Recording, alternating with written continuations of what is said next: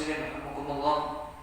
Alhamdulillah, kita sarang-sarang memuji bersyukur kepada Allah Subhanahu wa taala atas segala nikmat dan limpahan karunia dan pertolongan Allah kepada kita, sehingga pada malam hari ini, detik ini, maghrib ini, insya Allah melindungi kita, menjaga kita, dan juga memudahkan kita untuk taat kepadanya pada sarang-sarang salat maghrib berjamaah. Semoga Allah terima seluruh amal soleh kita dan juga memberikan ampunan, mengampuni dosa-dosa dan kesalahan kita.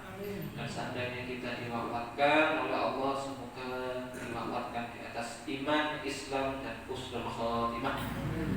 Masyaallah muslimin rahimakumullah, dalam rangka untuk menjaga iman, menjaga ketaatan kita kepada Allah, kita ngaji seperti biasa, ya, ngaji wasiat-wasiat Rasulullah SAW, yang mana pada pertemuan sebelumnya kita membahas keutamaan suratul Fatihah fi fadli ummil kitab.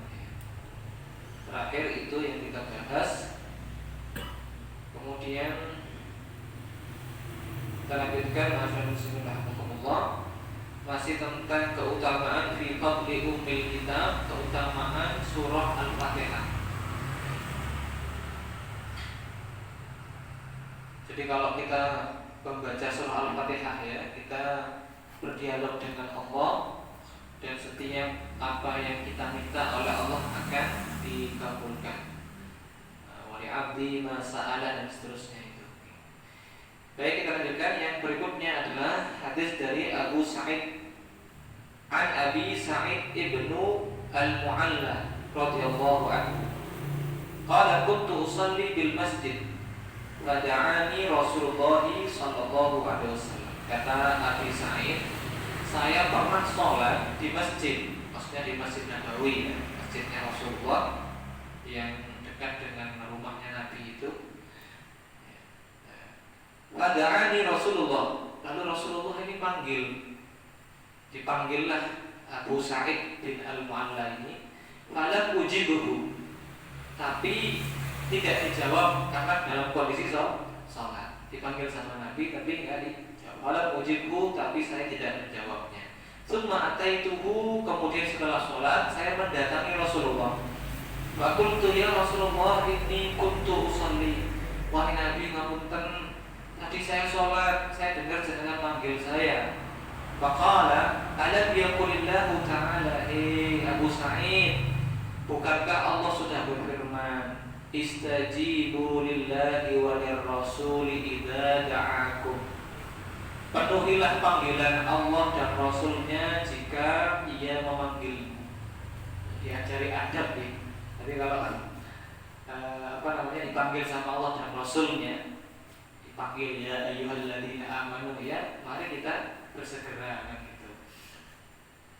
Tsumma qala, lalu Nabi SAW, la u'allimannaka suratan hiya a'dhamu suratin fil Qur'an qabla an takhruja minal masjid. Sungguh aku akan mengajari kamu satu surah, yang mana satu surah ini lebih utama, paling utamanya surah di dalam Al-Quran. Paling utamanya a'dhamu suratin fil Qur'an, surat yang paling utama di dalam Al-Quran. Qabla an takhruja minal masjid, sebelum kamu meninggalkan masjid. Mau enggak kamu saya ajari? Fa'akhadha biyadihi, Nabi itu sambil memegang tangannya Abu Sa'id. Nah, ini kalau mau ngajari orang, ya, ini sesuatu yang penting itu disentuh badannya, ya. Nah, kita juga begitu, Pak. Kalau kita mau ngajari apa sesuatu penting, sentuh badannya, ya, dilus, diambil tangannya. Lalu Rasulullah mengambil tanganku. Falamma aradna an nakhruja qultu, ketika kami hendak keluar, maka saya berkata sama Nabi, ya Rasulullah, innaka qulta law 'alimannaka 'azama suratin fil Qur'an. Katanya jenengan tadi mau ngajari saya satu surat yang paling utama dalam Quran. Diingatkan, ya, barangkali lupa. Qala, iya, baik. Alhamdulillahi Rabbil Alamin. Yani Alhamdulillahi Rabbil Alamin. Surah Al-Fatihah. Ia sab'ul mathani. Ia adalah sab'ul mathani, 7 ayat yang diulang-ulang. 7 ayat ini jangan hitung dari Bismillah sampai Waladhdallin. Ini 7 ayat. Makanya dinamai sab'ul mathani. Wal Qur'anul Azim, dan ia adalah Al-Qur'an Al-Azim yang agung. Jadi nama lain dari surah Al-Fatihah ini adalah Sab'ul Mathani Qur'anul Azim, karena ia menghimpun seluruh isi saripati dari Al-Quran. Wal alladzi utituhu, dan ia adalah Al-Quran Al-Azim yang aku diberikan oleh Allah Subhanahu wa taala, yang aku telah diberikan oleh Allah Subhanahu wa taala. Ma'asyiral muslimin rahimakumullah. Jadi Al-Fatihah ini keutamaannya begitu besar ya. Kata Nabi, a'lamu suratin bil Quran, paling mulianya surah di dalam Al-Quran. Itu makanya kalau kita baca Al-Fatihah sebisa mungkin, sebagus mungkin bacanya, sekhusyuk mungkin. Kan di situ ada doa-doa kita yang kita panjatkan kepada Allah. Ya, seperti yang sudah kita bahas minggu yang lalu. Kemudian ma'asyiral muslimin rahimakumullah, ada wasiat yang saya lompati, saya lupa ya, belum saya sampaikan sebelumnya, yaitu adalah al-wasiyatul khamisatu wal ishruna, wasiat yang ke-25, bisu'ali billahi azza wa jalla, dalam perkara meminta dengan menggunakan nama Allah. Meminta. Nah, ini ada hadisnya. Wa an Jabir wa fi nuskhatin an Ibnu Umar, adalah dari sahabat Jabir ya, dan dalam nuskhah atau naskah atau tulisan yang dikumpulkan oleh Sayyidina Ibnu Umar, Abdullah Ibnu Umar. Qala Rasulullah sallallahu alaihi wasallam, man ista'adza billahi fa'idhu.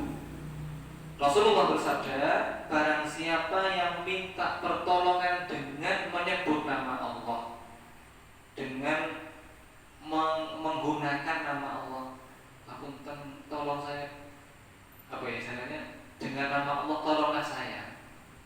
Nah, itu maksudnya itu adalah apa? Dia sangat memohon kepada kita sampai menggunakan nama Allah, apalagi sampai bersumpah ya, Wallahi, demi Allah misalnya, saya betul-betul tidak punya siapa-siapa, harta saya dirampok orang, tolong saya. Ini kata Nabi, fa'idhuhu, kalau ada orang yang minta perlindungan dengan menggunakan nama Allah, maka hendaklah kalian menolongnya, melindunginya.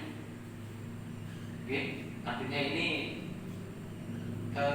jenengan surah An-Nisa. Ya ayyuhan nasu taqu rabbakum alladzi khalaqakum min nafsin wahidah wa khalaqa minha zawjaha wa batha minhuma rijalan katsiran wa nisaa'a wattaqullaha alladzi tasaaluna bihi wal arham. Wattaqullaha, bertakwalah kepada Allah, alladzi tasaaluna bihi, yang mana kalian menggunakan namanya untuk menjaga menjalin silaturahmi. Artinya kalau ada orang yang minta pertolongan kepada kita dengan menggunakan nama Allah, ya, dia sungguh-sungguh, insya Allah ya, aku sungguh. Usah kalau dia ini menipu kita, ya sudah, itu urusan dia.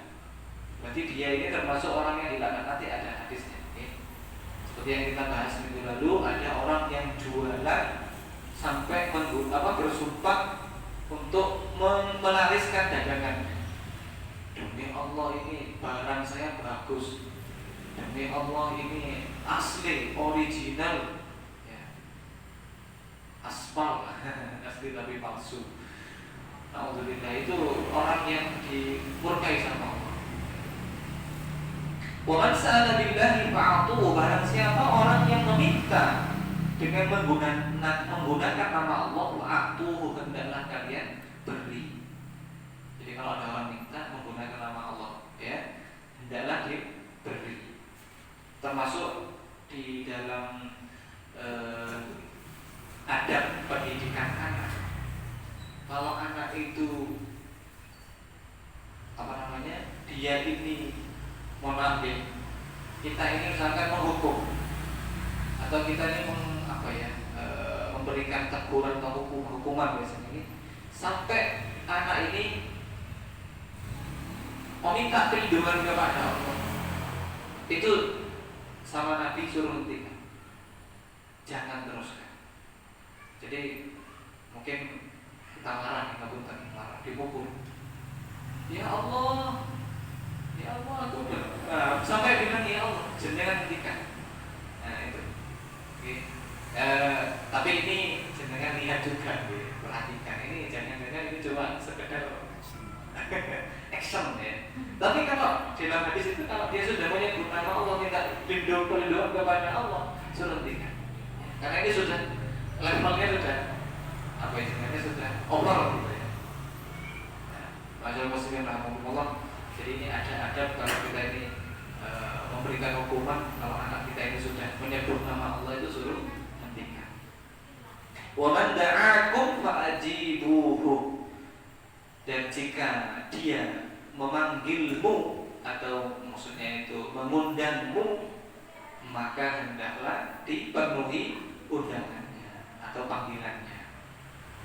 Sakit ke rumah, nanti ada khotaman Quran, coba belajar gitu. Ya, ini insya Allah. Ya, kalau kita nggak ada udzur ya dipenuhi, ya. Karena itu haknya seorang muslim. Karena Nabi hakul muslimi adalah muslim situn, ada 6 itu, ya. Jika idza da'akum fa'ajib. Jika kamu dipanggil, diundang, ya, penuhi undangannya. Wa man shana'a ilaikum ma'rufan fakafi'uhu. Jika dia melakukan kebaikan kepadamu, maka balaslah kebaikannya. Ini kalau kita sanggup, kita balas kebaikannya, ya.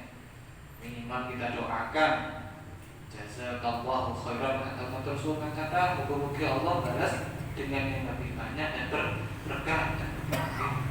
Wa illam tajidu ma tukafi'unahu fad'ulahu. Jika kamu tidak menemukan sesuatu yang bisa kamu balaskan untuknya, fad'ulahu, maka doakan. Hatta taro annakum qad kafatumuhu, sampai kamu yakin atau kamu merasa bisa telah membalas kebaikannya. Kita nggak bisa balas, ya, diantara nasi pokoknya kebaikan, ya, atau apa. Nah, kita kalau bisa balas juga. Kalau nggak bisa, ya kita doakan sampai kita ini merasa sudah membalas kebaikan orang tersebut. Luar biasa, ini akhlak dalam Islam luar biasa. Jadi ini tentang adab-adab sosial. Makanya di dalam Pancasila itu wonten pasal nomor 2. Nomor 1-nya ketuhanan yang maha esa. Yang nomor 2 kemanusiaan yang adil dan beradab. Luar biasa. Manusia yang adil. Adil itu kan menempatkan segala sesuatu sesuai tempatnya, adil, tidak zalim. Lalu apa? Beradab. Ada akhlak. Luar biasa. Pak, ini ulama-ulama dulu yang nyusun Pancasila ini betul-betul telah merumuskan sebuah rumusan, ya, 5 sila itu menjadi fondasi kehidupan berbangsa bernegara. Itu sampai Pancasila ini dirubah-rubah jadi yang lain-lain, yang mau dirubah, mau dihilangkan kandungannya dan seterusnya itu. Alhamdulillah. Baik, rawahu Abu Dawud wa Nasai muhibban bi sahih wal hakim. Ini yang berikutnya, wa fi nahi anis su'al bi wajhillah. Yang berikutnya larangan meminta dengan menggunakan nama Allah. Ini yang tadi meminta menggunakan nama Allah ini. Sekarang ada larangannya, ada yang dilarang ini. Wa ruwiya an Abi Ubaidah maula Rifa'ah an-Rafi' radhiyallahu anhu, dari Abu Ubaidah yang dia adalah mantan budaknya Rifa'ah dari Rafi'. Jadi Jadi orang yang pertama mendengarnya adalah Rafi radhiyallahu anhu anna Rasulullah sallallahu alaihi wasallam qala mal'unun man sa'ala biwajhillah. Terlaknat orang yang meminta dengan wajahnya Allah atau menggunakan nama Allah. Maksudnya apa? Menggunakan wajah atau menggunakan nama Allah maksudnya. Tetapi untuk sesuatu yang diharamkan. Contoh menipu, ya, tadi menipu. Wallahi, ya, saya ini begini. Nah ini menipu, dilaknat sama Allah. Tidak boleh. Ya. Omal umur mansui lagi wajiblah paman asailuhu. Begitu juga dilaknat orang yang diminta. Orang yang diminta, berarti kita ya, anggap kita diminta sama orang. Orang itu sudah mengatakan dengan nama Allah, Wallahi saya butuh. Tapi kita menolaknya, paman asailuhu. Lalu kita menolak orang yang meminta. Padahal orang itu butuh, bahkan sampai menggunakan nama Allah. Tapi kita tolak. Nah, berarti kita termasuk orang yang dilaknat. Makanya ini tentang menggunakan nama Allah. Makanya kalau sudah menggunakan nama Allah itu levelnya sudah tinggi. Berarti itu sudah sumpah. Sudah sumpah dan boleh buat main. Aku kan orang yang disumpah dengan nama Allah loh, malah beleset. Berarti dia dilaknat. Makanya hati-hati dilaknat sama Allah. Akhrajahu At-Tabrani, dikeluarkan oleh Imam At-Tabrani. Baik, masyarakat muslimin rahimakumullah, kita lanjutkan wasiat Nabi SAW yang ke-27. Jadi saya lupa ada yang kelewatan nih minggu lalu. Sekarang masuk ke 27, wasiat yang ke-27. Al-wasiyatus sabi'atu wal ishrun fi fadli ba'di suwaril Qur'an wa ayatihi.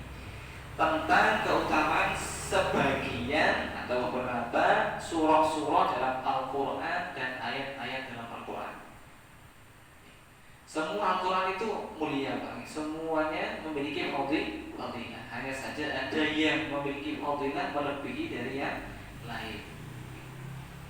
Wa an Anas radhiyallahu anhu anna Rasulullah sallallahu alaihi wasallam, dari sahabat Anas bahwasanya Rasulullah bersabda, qala li rajulin min ashabihi, berkatalah Rasulullah kepada seseorang dari para sahabatnya. Rasulullah ini menyampaikan berkata kepada salah seorang dari para sahabatnya, hal tazawwajta ya fulan?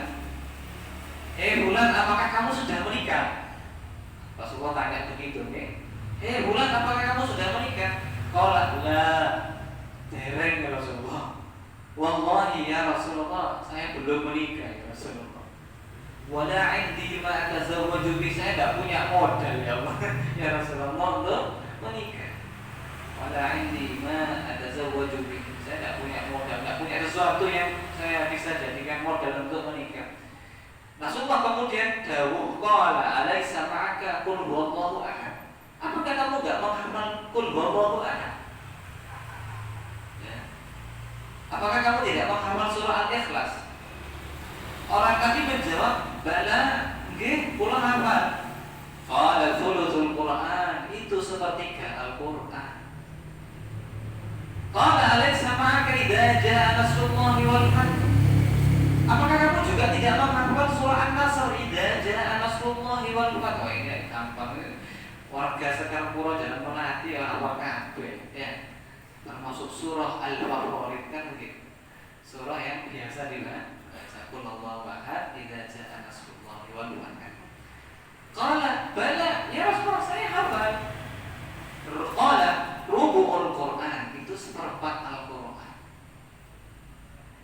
Qala alaysa ma'aka qul ya ayyuhal kafirun? Apakah kamu tidak menghafal qul ya ayyuhal kafirun al-kafirun? Qala bala, nggih kula hafal ya Rasulullah. Qala rubu'ul Qur'an, itu senilai dengan setara dengan seperempat Al-Qur'an.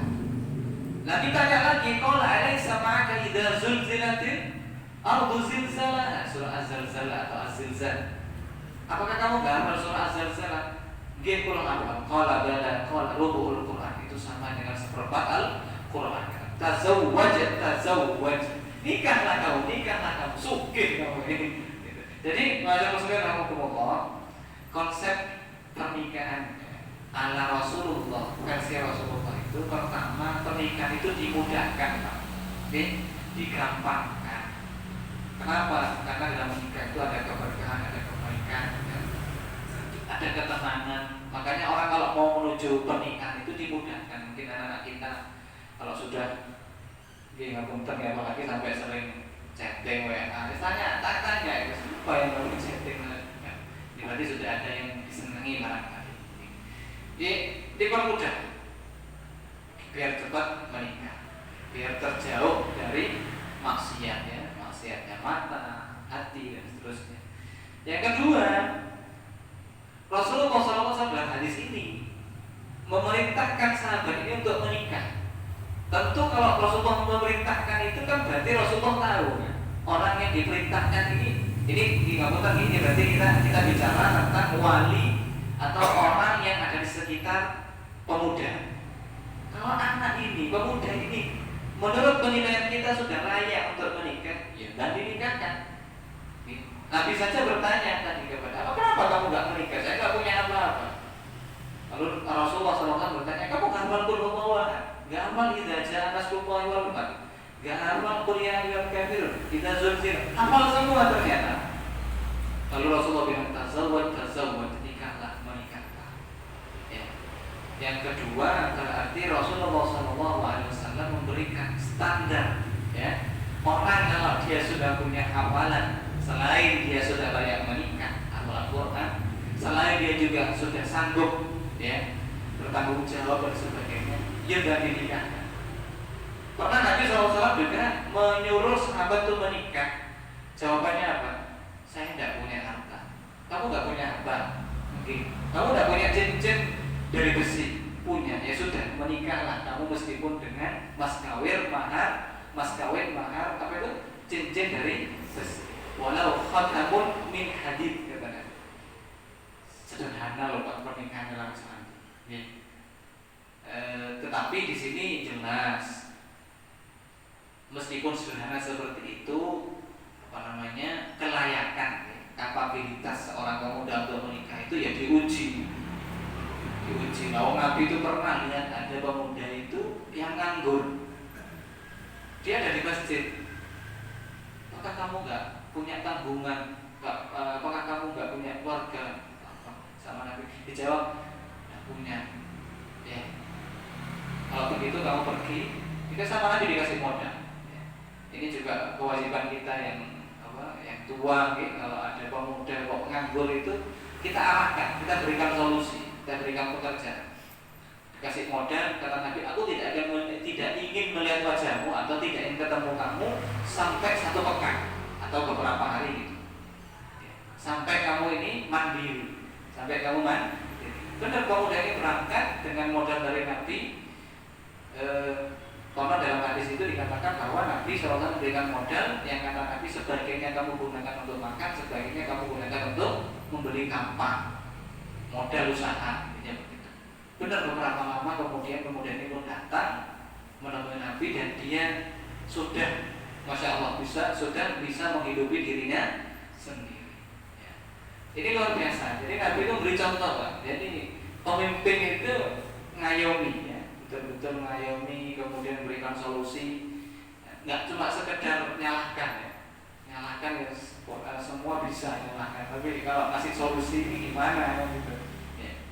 Macam muslim rahimahullah, apalagi memang masalah pemuda itu kompleks. Nah, perhatian Rasulullah terhadap pemuda itu luar biasa. Termasuk masalah pernikahan pun sama Nabi itu dimotivasi biar segera ajak hidupannya itu ajak mantap menetap. ini katanya Pak Sanusi gitu ya. Ayo muslim rahimahullah. Kita lanjut, nih. Jadi gampang Pak ya, dalam versi Rasulullah itu, versi Rasulullah orang disuruh nikah itu dengan modal hafalan Al-Quran. Okay. Ya, dengan pahami sendiri nantinya gitu ya. Jadi kalau ada pemuda yang soleh beriman, bertakwa, ya, baik agamanya. Karena Nabi kalau ada pemuda soleh datang meminang putrimu, sedangkan kamu ketahui baik agamanya, jangan kamu tolak. Jangan kamu tolak. Untuk kita sebelum menerima pinangan seorang pemuda ini perlu fit and proper test. Fit and proper. Tanya salat subuhnya. Ustaz, Mak, ngapunten salat subuh saya telat-telat. Sudah, kalau gitu tak tunggu satu bulan. Salat subuhnya sudah cakep, salat wajibnya cakep, datang lagi. Gak apa-apa, ini kan sebuah pendidikan. Barangkali dia memang punya niatan baik, mau melamar putri kita, tapi jenengan lihat kok belum baik agamanya. Gimana nak kamu jaga anak saya? Mau jaga anak saya, kalau kamu menjaga kewajibanmu sendiri masih belum bisa. Bukannya abimu, ayahmu, bapak ini menolak cintamu, menolak lamarmu, tidak. Cuma saya ingin buktinya dulu ya, pembuktian. Nah, ini bagus loh ya, 1 bulan gitu ya. Nanti dievaluasi, datang lagi. Gimana sholat subuhnya? Gimana sholat wajibnya? Sudah? Alhamdulillah, ampun ya, alhamdulillah.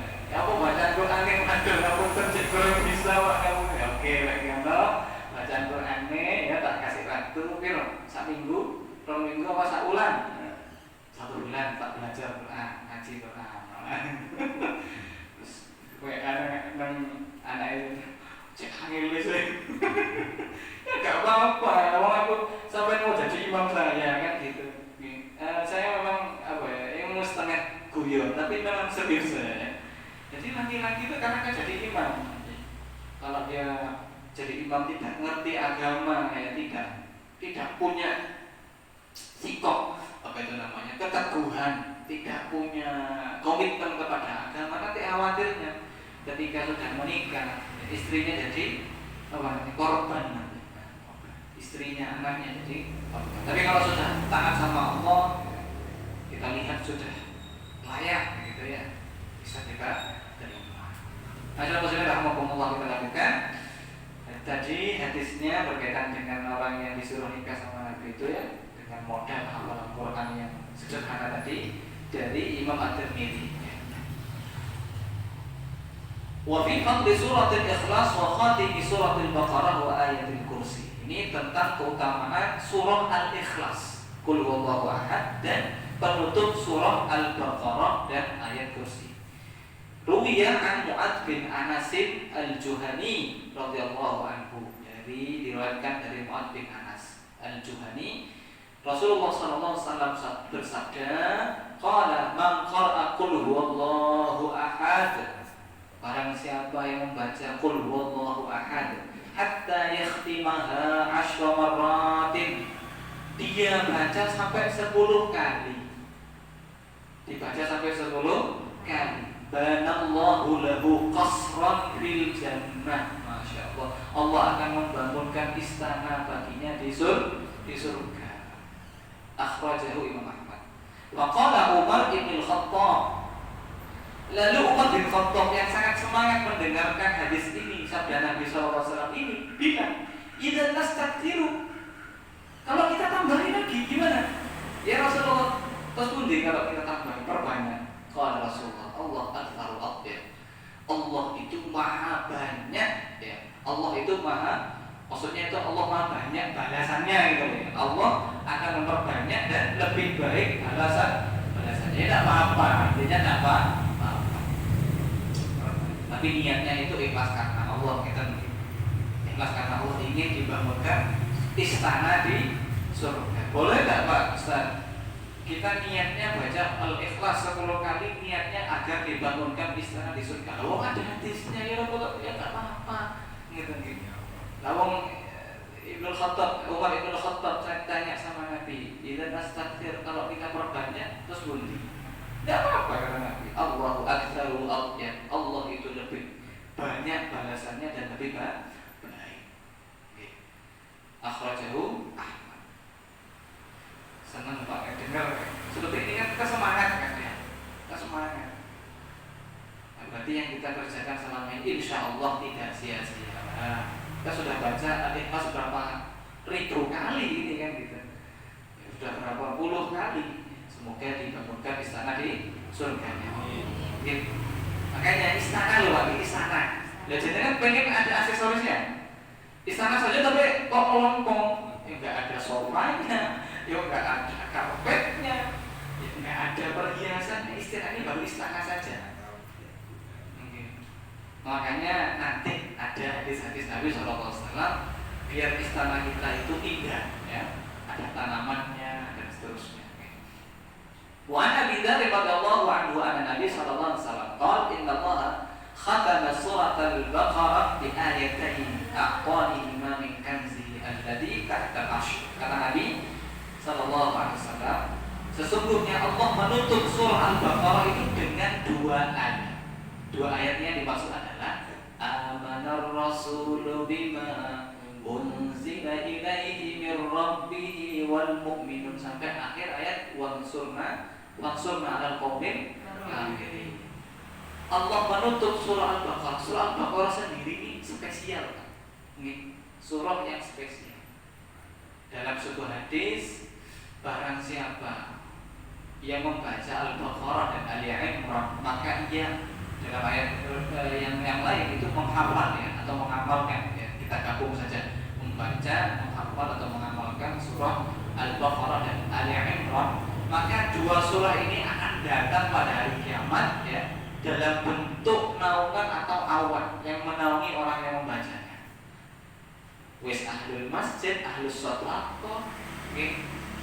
Kemudian menjauhkan diri dari maksiat, kok masih membaca Al-Baqarah Ali Imran, berarti naungannya pada yaumil akhir ini tambah banyak, ya, tambah banyak.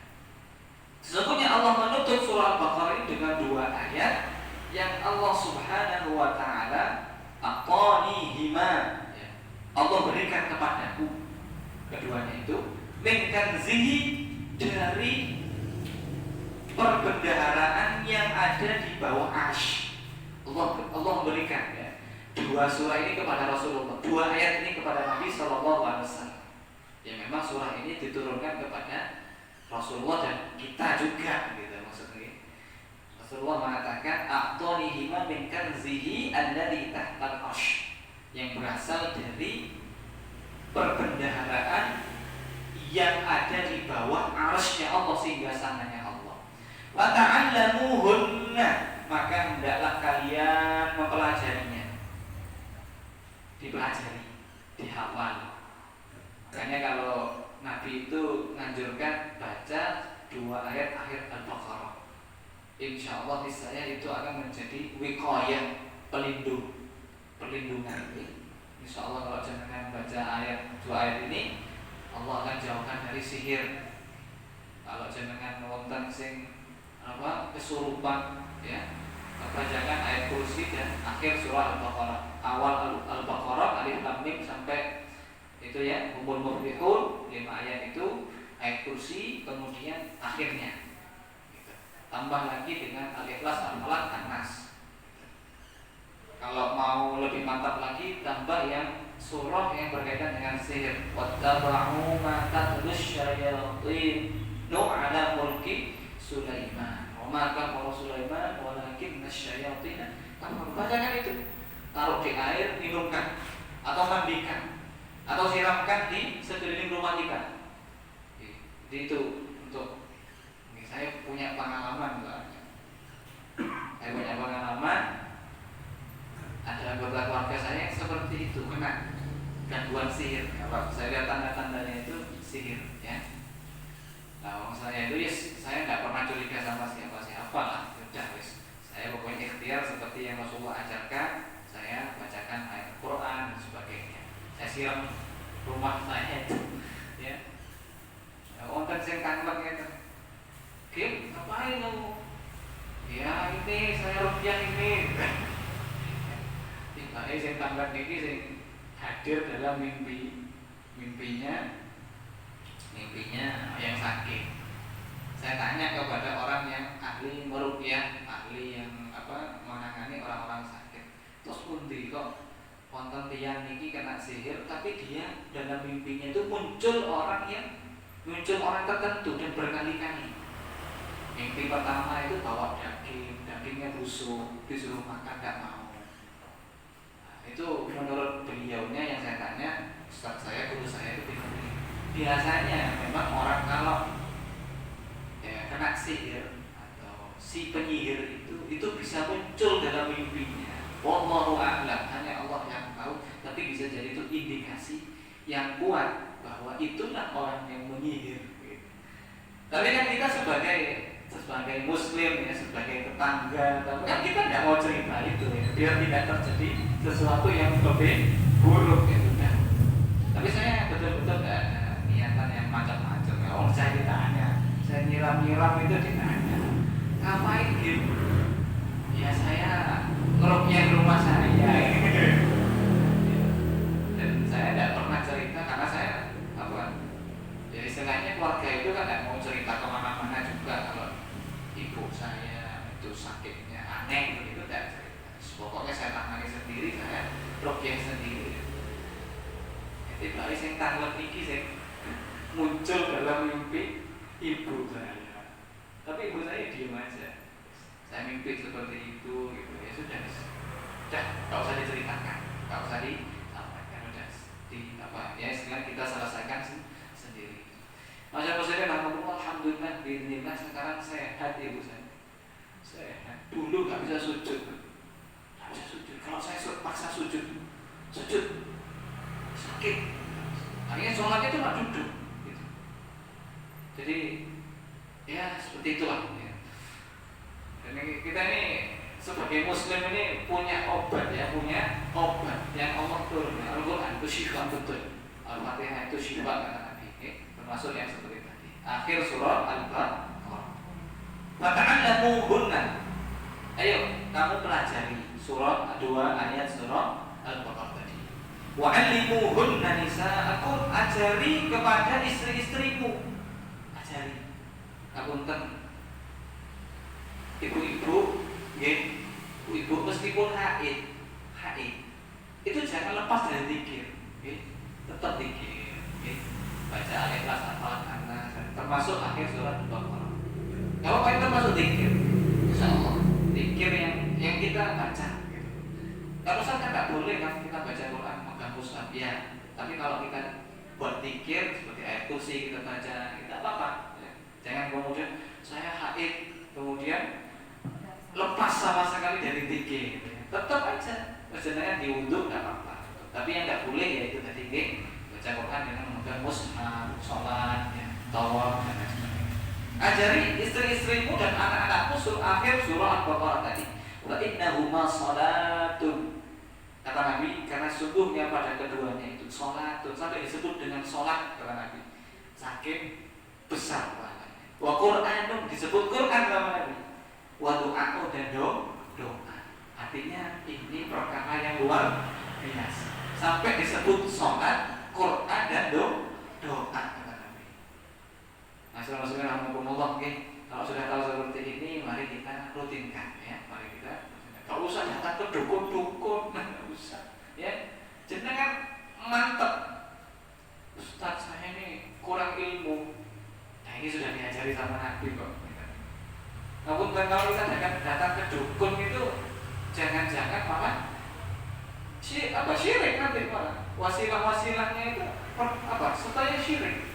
Nah disuruh nyembelih ayam hitam lah. Darahnya disuruh taruh di mana lah. Nah ini ya sudah, ini jelas ini ya, perkara yang syirik. Nabi itu nggak pernah melakukan yang seperti itu. Beliau pernah kena sihir itu ya diruqyah sendiri diruqyah sama Jibril. Jibril datang menjelaskan bahwa kau terkena sihir. Ya. Diajari surah Al-Ikhlas, Al-Falaq, nanti ada penjelasannya insyaallah. Wa Aisyah radhiyallahu anhu, anna Nabi sallallahu alaihi wasallam ba'atha rajulan ala sariyah. Dari Bunda Aisyah bahwasanya Nabi sallallahu alaihi wasallam ini pernah mengutus seseorang ala sariyah. Apa itu? Satu peleton ya. Mengutus seseorang di dalam satu peleton, pasukan. Sariyah itu pasukan yang diutus keluar kota atau ke wilayah mana. Wa kana yaqra'u li ashabihi fi salatihim. Lalu pemimpin ini, orang yang diutus oleh Nabi sallallahu alaihi wasallam menjadi pemimpin atas satu peloton pasukan ini, itu kalau ngimami baca qul huwallahu ahad. Ya. Wa yahtadimu wa kana yaqra'u li ashabihi fi salatihim wa yahtadimu bil qul huwallahu ahad. Bi qul huwallahu ahad. Kalau dia ngimami pasukannya, beliau menutupnya dengan membaca qul huwallahu ahad. Jadi kalau baca surat gitu, mungkin rakaat pertama atau rakaat kedua, beliau baca qul huwallahu ahad. Pasti ditutup dengan qul huwallahu ahad gitu ya. Falamma raja'u dzakaru dzalika lin Nabi sallallahu alaihi wasallam. Maka ketika pasukan ini, peloton ini, satu peloton ini kembali lagi ke Madinah, cerita sama Nabi. Dzakaru dzalika lin Nabi, ya Nabi, pemimpin saya ini, komandan saya ini, panglima saya ini, kalau imami kami pasti ditutup dengan membaca qul huwallahu ahad. Maksudnya itu dalam rakaatnya ini baca qul huwallahu ahad. Wa qala Nabi sallallahu alaihi wasallam, saluhu li ayyi syai'in yasna'u dzalik. Coba kamu tanya, terus takkonlah, apa kamu sudah tanya kepada pemimpinmu itu kenapa dia melakukan itu? Itu apa?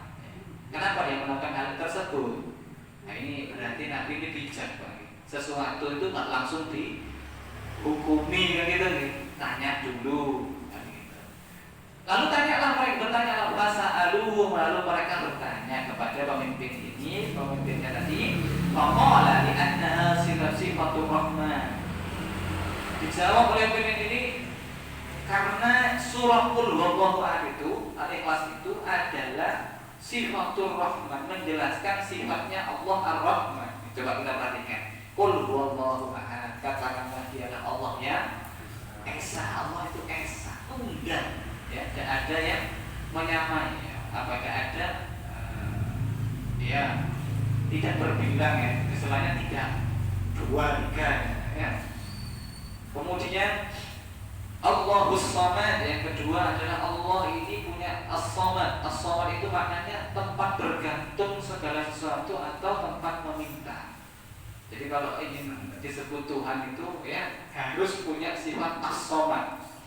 Dia harus menjadi tempat bergantung segalanya.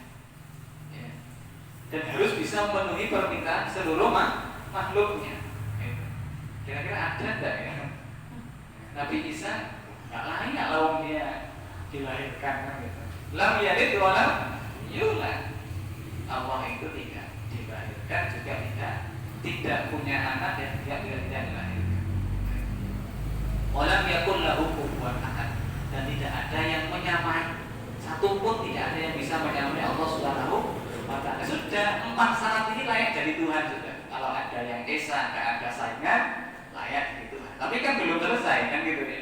As-samad, dia harus tempat meminta segala sesuatu, bergantung segala sesuatu dan bisa memenuhi kebutuhan makhluknya. Kemudian dia tidak memiliki ciri sifat seperti manusia atau makhluk yang dilahirkan melahirkan. Ya, lucu lah Tuhan itu dilahirkan. Kalau Tuhan bapak, Tuhan kakek, Tuhan buyut kan gitu ya. Tuhan moyang kan gitu. Tuhan kok beranak kan gitu. Ya. Kemudian Alhamdulillah yang tadi sudah walam yakul lahu kufuwan ahad, dan tidak boleh ada yang menyamai Allah. Segalanya tidak bisa menyamai Allah. Ya. Ini mukhalafatul hawadits atau laisa kamitslihi syai'un. Tidak ada yang menyamai Allah satu pun. Wa huwas samiul alim. Masyaallah muslimin rahimakumullah. Ini dijelaskan karena ini adalah sifat Ar-Rahman. Wa ana uhibbu an aqra'a biha, dan saya cinta, senang sekali membacanya.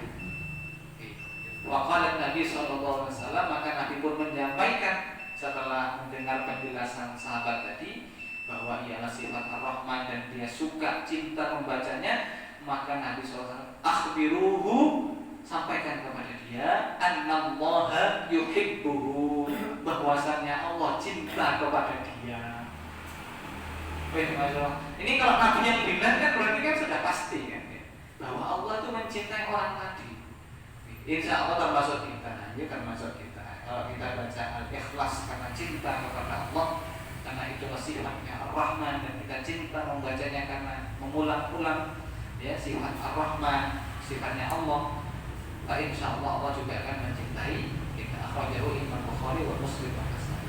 Oke, baik, masyaallah muslimin rahimakumullah. Sementara sampai sini dulu karena sudah bisa. Mungkin ada pertanyaan berkaitan dengan tadi penjelasan saya. Ada?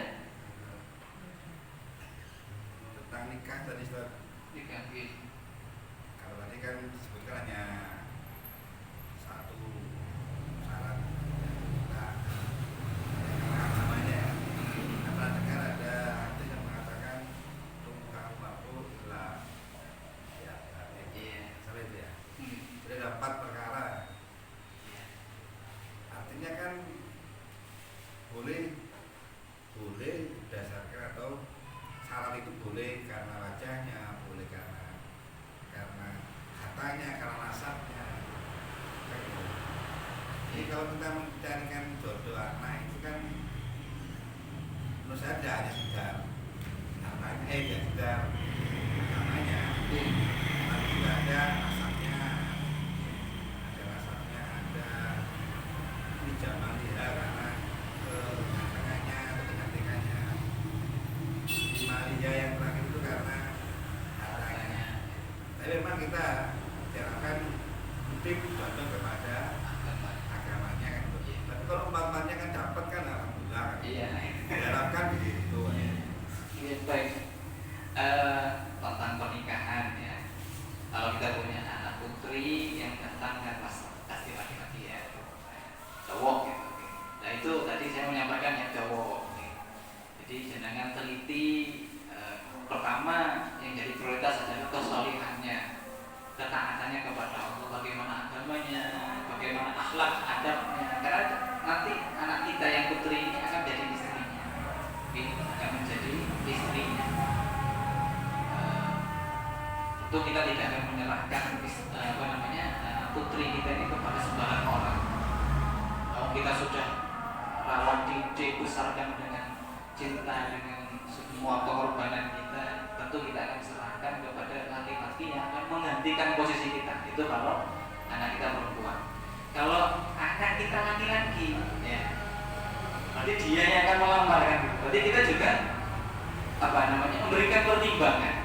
Ya, sama. Kita sebagai orang tua memberikan pertimbangan karena Nabi itu kahul mar'atu li arba'. Wanita itu dinikahi karena 4 sebab secara umum. 4 sebab. Yang pertama lijamaliha. Saya lupa urutannya nih. Karena kecantikannya. Jadi kalau ada orang menikahi seorang perempuan karena kecantikannya, itu ya sesuatu yang lumrah. Lumrah gitu ya. Yang kedua limaliha, karena hartanya. Ya, karena hartanya sugih. Iya nggak cantik tapi sugih. Ya, bisa. Kata Nabi itu tungkahul mar'atu li arba'. Wanita itu dinikahi karena 4 sebab. Kemudian yang ketiga itu adalah linasabiha, karena keturunannya, mungkin karena dia ini keturunan darah biru, meningrat atau apa gitu ya. Itu ya nggak apa-apa. Yang keempat lidiniha. Yang keempat itu dinikahi seorang wanita itu karena agamanya, karena ketaatan, kesolihahannya gitu. Lalu Nabi SAW menekankan fal bidzatid talibat yadah. Pilihlah yang memiliki agama, artinya yang solihah, maka kamu akan beruntung. Jadi Nabi itu menekankan yang keempat. Perkara yang 1, 2, 3 itu dapat semua. Yo solihah, yo ayu, yo suke, anak ini ngerat atau apa. Alhamdulillah. Karena yang seperti ini jarang. Jarang, paling ya jarang lah ya. Ada tapi jarang. Yang penting yang memiliki agama, kesolehannya, takwanya kepada Allah dan sebagainya. Adapun kalau misalkan yang lain-lain itu pelengkap saja. Ini pelengkap saja. Oke, misalnya contoh yang Mesir Nasrani kita sama kita itu misalnya itu apakah nanti saat seandainya terjadi itu kalah, misalnya kalah ke Nasraninya itu, apakah orang tua itu masih tanggung jawab di hadapan Yesus Makanya di dalam ayat surah At-Tahrim ayat 6 itu ya ayyuhalladzina amanu qu anfusakum wa ahlikum. Nah, sebelum sampai pada kasus itu sejak dini kita sudah berusaha untuk menanamkan akidah iman Islam, ketaatan, ibadah dan sebagainya kepada putra-putri kita. Kita sudah menyekolahkan sekolah yang Islami atau lingkungan yang Islami, terus begitu. Suatu ketika kok kecantol sama Nasrani di luar Islam, jatuh cinta dan sebagainya. Kita selama proses itu ya kita tetap memberikan apa yang namanya nahi mungkar ya, kita sebagai orang tua itu enggak itu lah. Nah itu di luar Islam ya. Jadi kita sudah memberikan nasihat kok pancen aja, lalu kado kesem-sem misalnya. Ya seterusnya. Kok pada akhirnya apa terjadi pernikahan? Terjadilah pernikahan, kemudian anak kita ikut suaminya. Itu gimana di hadapan Allah? Kalau jenengan sudah ikhtiarnya maksimal, sudah mengerahkan semua upaya ya, daya jenengan untuk mengingatkan, menasihati kok pancet. Misalkan contoh yang terjadi itu anaknya Sunan Kalijaga ya, mungkin yang dari artis Salma Rina Sunan ini. Semoga Allah berikan hidayah dan balik lagi ya. Itu kan jadi Nasrani Pak. Padahal bapaknya ya Muslim kan gitu. Dan banyak artis-artis yang lain bagaimana itu tanggung jawabnya seorang orang tua di hadapan Allah? Tentu jenengan itu la yukallifullahu nafsan illa wus'aha. Kita tidak akan diberikan beban di luar kemampuan kita. Kalau kita sudah maksimal, sudah mengingatkan, sudah apa ya sudah. Jenengan sudah lepas ya dari tanggung jawab itu kalau di hadapan Allah nanti. Tapi selama hidup jenengan upayakan. Selama anak kita masih hidup, kita upayakan ya, dakwahi, kita ingatkan lagi. Barangkali dengan sebab doanya kita orang tua kepada anak ini menjadi sebab hidayah terbukanya nanti. Ngapunten Bapak Ibu sekalian, seringkali terjadi kasus-kasus seperti itu tuh tidak murni karena cinta sama cinta. Ada unsur X-nya. Paham ya? Unsur X. Jadi X itu maksudnya itu unsur eksternal, bisa jadi sihir, gendam atau yang lain. Ada unsur pemaksaan Allah. Yang saya ketahui di kampus itu ada yang seperti itu. Okay? Jadi dalam kondisi nggak sadar juga ya. Karena ada namanya syaitan Pak. Syaitan itu kan ya kerjasama itu. Makanya ikhtiar kita diantaranya dengan diruqyah tadi, okay? Dibacakan ayat Quran ya, dan seterusnya. Semoga lepas buhul sihirnya itu kan lepas. Yang dia sadarkan terus. Allah alam. Jadi yang saya sampaikan tadi kan semuanya ada di bacaan di Nadim. Nggih. Artinya bahwa itu juga bisa dipakai untuk ruqyah gitu ya. Nggih. Ada di buku tahlil itu Pak. Nggih. Jenengan baca tahlil itu insya Allah jenengan ngeruqyah diri jenengan sendiri. Karena lengkap tadi. Iya betul. Itu tolak sihir itu. Allah alhamdulillah kita diparingi ilmu ya, pengetahuan, diberi bimbingan sama Rasulullah, sesuatu yang bisa menyelamatkan kita dari mara bahaya. Apunten sihir itu betul-betul nyata ada. Sihir itu hak kata Nabi. Al-ain itu termasuk sihir ain. Apunten sihir ain. Jangan pernah dengar sihir ain. Orang kalau dengki, hasad itu bisa berdampak buruk kepada yang dilihat. Ini bahaya banget. Makanya ini pernah terjadi zaman Nabi, ada orang langsung ngeblank, langsung pingsan. Sama Nabi dipanggil, kenapa? Ini kenapa ini? Saya melihat dia dengan pandangan waktu itu cuma pandangan kagum saja, tapi gak disebut nama Allah. Makanya kalau kita kagum pada sesuatu bilang subhanallah agar apa tidak terjadi sihir ain. Itu bisa terjadi kepada diri kita, anak kita, bahkan harta benda kita juga. Dan itu fakta-faktanya banyak seperti itu. Oleh karena itu kita lindungi dengan cara dan ini dikir-dikir ayat-ayat ruqyah yang telah diajarkan Nabi sallallahu alaihi wasallam. Demikian, subhanallah wa bihamdihi asyhadu an la ilaha illa anta astaghfiruka wa atubu ilaik. Assalamualaikum warahmatullahi wabarakatuh.